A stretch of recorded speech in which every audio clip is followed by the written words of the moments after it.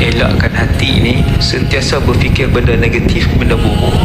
Dalam Sahih Muslim, Nabi ada ajak satu doa berkaitan dengan cuci hati.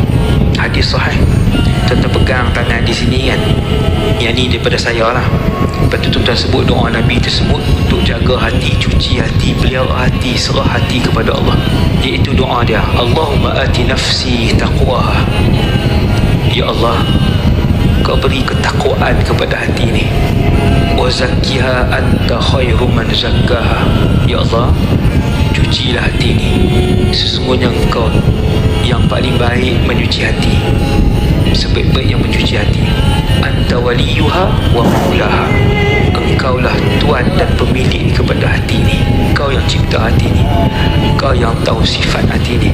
Kita serah hati kita kepada Allah. Kita minta Allah cuci, kita minta Allah bagi takwa ke hati kita, kemudian kita serah hati ini kepada Allah. InsyaAllah hati yang penuh dengan ketakwaan dicuci oleh Allah itu akan sentiasa memikirkan perkara yang baik, positif untuk dunia dan akhirat kita. Walhamdulillahirabbil alamin.